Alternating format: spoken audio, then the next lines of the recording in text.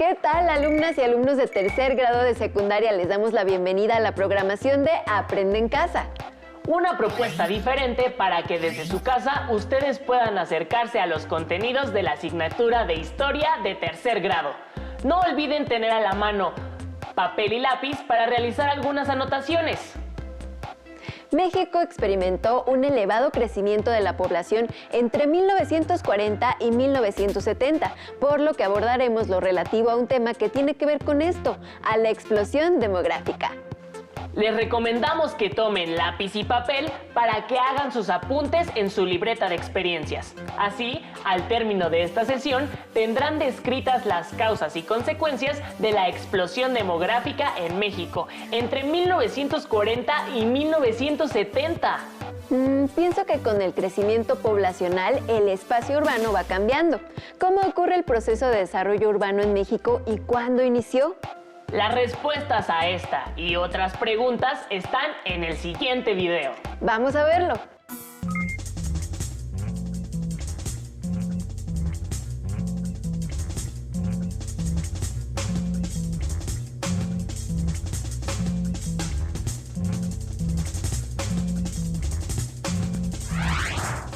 Programa 36. Nace el México urbano. En este programa se explicará el proceso de urbanización en México. Al concluir el siglo XIX e iniciar el XX, la introducción de electricidad, el tranvía eléctrico, los automóviles y la modernización de la industria favorecieron el proceso de expansión de las ciudades en México. Este proceso disminuyó su ritmo primero por causa de la Revolución Mexicana, luego por el proceso de recuperación de la Primera Guerra Mundial y más tarde por la crisis económica mundial de 1929. Pero a partir de la segunda mitad de la década de 1930, el proceso de urbanización del país comenzó a acelerarse nuevamente y continuaría haciéndolo a un mayor ritmo en décadas posteriores. Este proceso, en términos modernos, se refiere a la traza de la ciudad, una intervención del Estado que tratan de dar orden a la población que se asienta en las ciudades.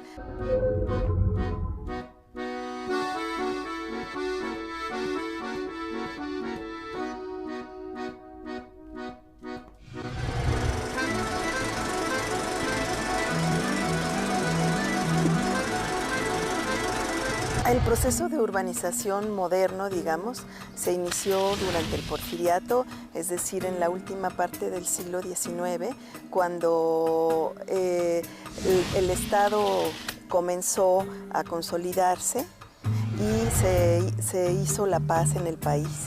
Entonces empezaron a construir nuevas colonias en la Ciudad de México, ya con características modernas, con calles cuadriculadas, con drenaje, con agua corriente, con electricidad, y este fenómeno se incrementó al principiar el siglo XX, en 1900, cuando se hicieron las primeras colonias con trazos distintos, como fue el caso de la colonia Roma, que obtuvo un diseño, o que tuvo más bien un diseño estilo francés, con calles diagonales y plazas. Posteriormente, durante la Revolución, a diferencia de lo que sucedió en el resto del país, en donde la población disminuyó, la de la Ciudad de México aumentó notablemente, y este fenómeno fue causado por la llegada de miles de migrantes de diferentes partes de la República que estaban huyendo de la guerra, de la pobreza, de la miseria, de la inseguridad, y que se ubicaron en la Ciudad de México. Así que tenemos nosotros que en 1920 la Ciudad de México está bastante poblada y hay severos problemas de hacinamiento en las colonias. Los habitantes se abarrotaban en las zonas céntricas de la ciudad, en donde había fraccionamientos en muy mal estado. Y entonces empezaron a construirse nuevas colonias, otros nuevos fraccionamientos al poniente de la ciudad, que era una zona más salubre, y surgieron también fraccionamientos para los burócratas, como la colonia Postal, A partir de estos años empieza a recibir más y más habitantes la ciudad, pero el quiebre se va a dar después de la Segunda Guerra Mundial, en 1945, cuando hay un segundo momento de industrialización en la ciudad y llegan miles de migrantes del campo a la ciudad. Este proceso, en términos modernos, se refiere a la traza de la ciudad, una intervención del Estado que se manifiesta en la apertura de calles rectilíneas, plazas, que tratan de dar orden a la población que se asienta en las ciudades, al surgimiento de fraccionamientos, de servicios como el agua potable, como el drenaje y la electricidad. Con la reforma agraria llevada a cabo después de la Revolución Mexicana y hasta la segunda mitad de la década de 1940, más de 1,5 millones de familias que no poseían tierras las recibieron. Esto fue un avance significativo en materia social. Sin embargo, con el nuevo auge de la industrialización, el apoyo gubernamental al campo fue disminuyendo y miles de personas se vieron obligadas a abandonar sus tierras y buscar mejores oportunidades en las crecientes urbes. Fue en la década de 1940 cuando la migración del campo a las ciudades se aceleró. Y en 1960, por primera vez en la historia del país, la población urbana sobrepasó a la rural.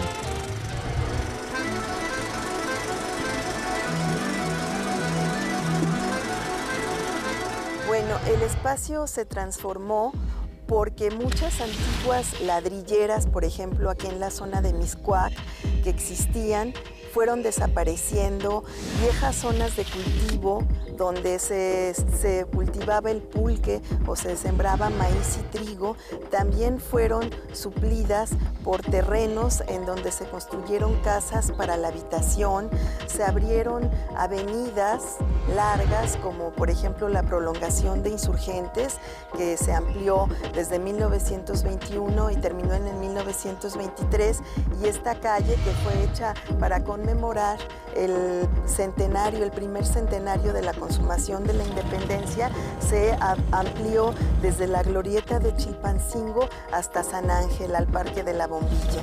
Entonces, este ensanchamiento urbano propició que muchos fraccionamientos se establecieran a lo largo de esta calle y que se revalorizaran estos terrenos que eran ladrilleras y milpas. También, por ejemplo, tenemos otros lugares en donde se abrieron calles rectilíneas. En el caso de la avenida 20 de Noviembre, que fue abierta en la década de los 30, entonces el espacio se va transformando, las calles se van volviendo rectas, se van eliminando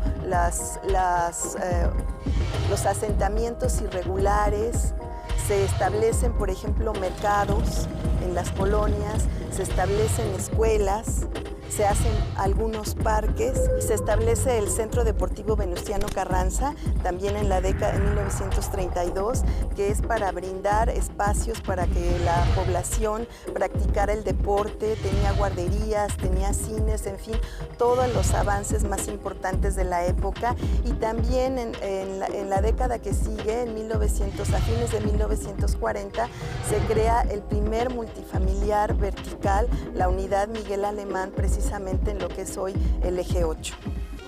A partir de la década de 1940, con el proceso de urbanización, se dieron cambios en la estructura social y económica, así como en los patrones culturales de la población. Con el crecimiento de ciudades como Monterrey, Guadalajara y la Ciudad de México, se incrementó la necesidad de servicios de educación, comercio, salud y otros, por lo cual la población económicamente activa dedicada a la prestación de servicios aumentó significativamente. El sector obrero, por su parte, fue concentrándose en las regiones industriales del centro y norte del país, contribuyendo al crecimiento de la mancha urbana. Hacia la década de 1960 surgieron manifestaciones sociales y culturales propias de las grandes ciudades. La vida de la población urbana se transformó a raíz de la incorporación de la tecnología, lo cual generó cambios sociales y culturales, como la integración de la mujer en la vida académica y laboral.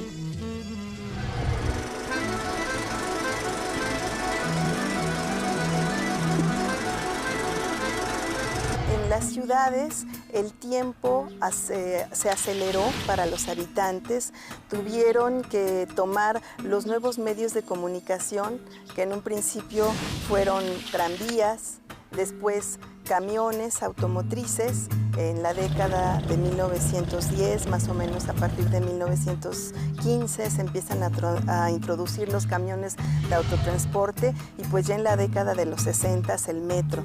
Entonces la vida en las urbes se vuelve más agitada. Con el transcurso de los años en la Ciudad de México llega la contaminación y entonces los habitantes padecen por las consecuencias de esta contaminación del aire, del ruido, y la vida en general se vuelve más agitada. Ahora, en las ciudades los habitantes tienen muchas ventajas que quieren aprovechar, como es la existencia de más servicios, más escuelas, universidades, centros de trabajo. Entonces las ciudades se vuelven muy atractivas y cientos de miles de campesinos migran a las grandes ciudades del país, como son la Ciudad de México, Guadalajara, Monterrey, y se instalan primero en los cinturones de miseria, realizan actividades formales hasta que con el transcurso del tiempo van mejorando sus viviendas y mejorando sus condiciones de trabajo.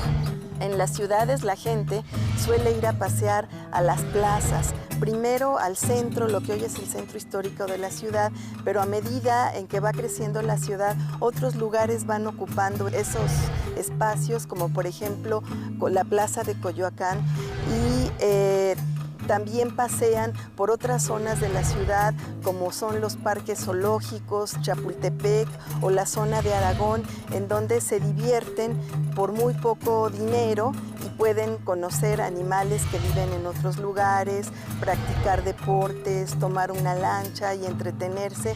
Y este tipo de actividades no existía cuando la gente vivía aislada en las comunidades rurales. Son actividades netamente urbanas. En el periodo 1940-1970, la sociedad mexicana se transformó y dejó atrás su base rural para convertirse en una sociedad urbana. Los patrones, formas de vida y las demandas de la población de las ciudades se transformaron, al igual que el espacio y las problemáticas a las que se tenía que enfrentar, tales como la escasez de agua, de vivienda y la creciente contaminación. Continuando con el tema, ¿cuáles fueron las causas del rápido crecimiento demográfico entre 1940 y 1970? ¿Qué consecuencias trajo consigo el rápido crecimiento demográfico de México en el periodo de 1940-1970? ¿Cuál fue la tendencia demográfica en el mundo en el periodo 1940-1970 y cómo se inserta México en este periodo? Observen el siguiente video e intenten dar respuesta a las preguntas antes planteadas.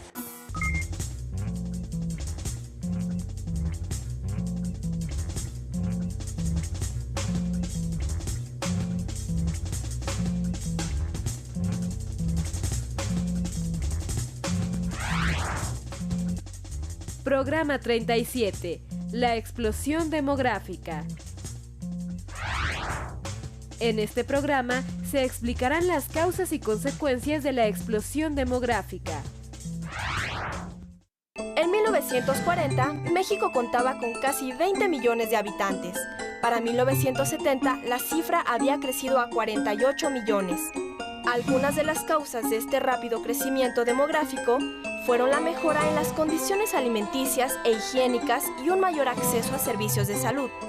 Por otra parte, mientras que en 1940 casi el 70% de la población vivía en zonas rurales, para 1960 más del 50% vivía ya en ciudades. Este rápido crecimiento, junto con el paso a una sociedad urbana, representó y sigue representando grandes retos para el país. Cuando hay este desbalance, cuando es mayor la población que los alimentos o la producción de bienes y servicios, se llama una sobrepoblación relativa.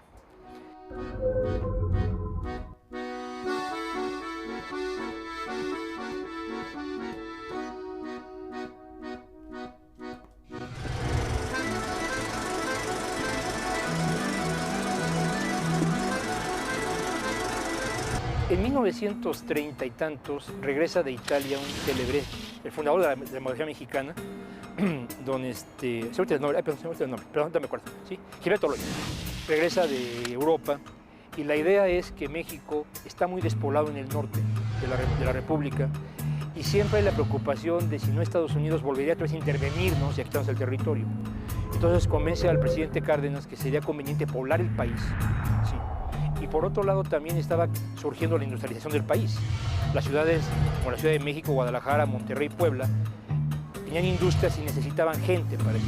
Entonces México, la política mexicana fue tenga muchos hijos, tenga mucha población, precisamente para cubrir el territorio y para alimentar la industria.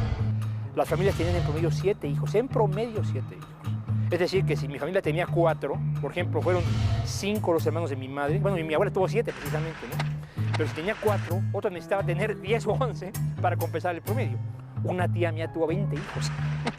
Pero por otro lado, una de las demandas de la revolución fue mejores condiciones de vida de la población.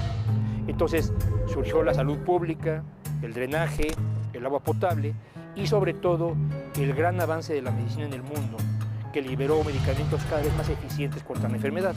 El ejemplo que tengo, creo que es el más ilustrativo, fue cuando durante la Guerra Mundial Alejandro Fleming finalmente liberó la penicilina. Esto significó que se podían curar las enfermedades infecciosas, que fue un azote muy grande de la humanidad.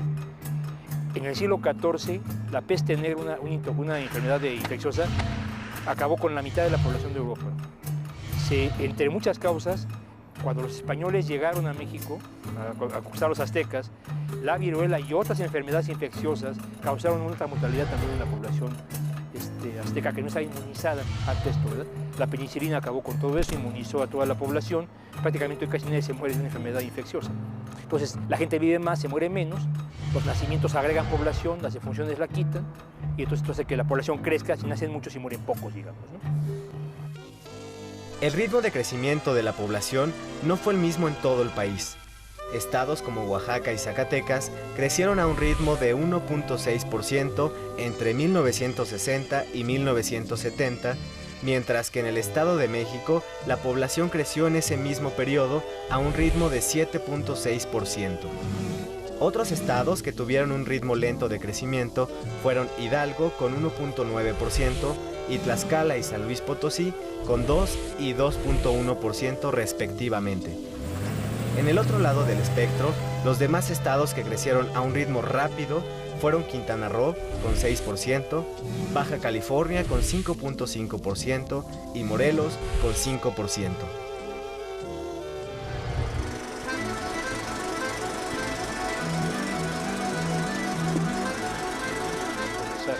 En realidad México tuvo un progreso muy importante durante esa época.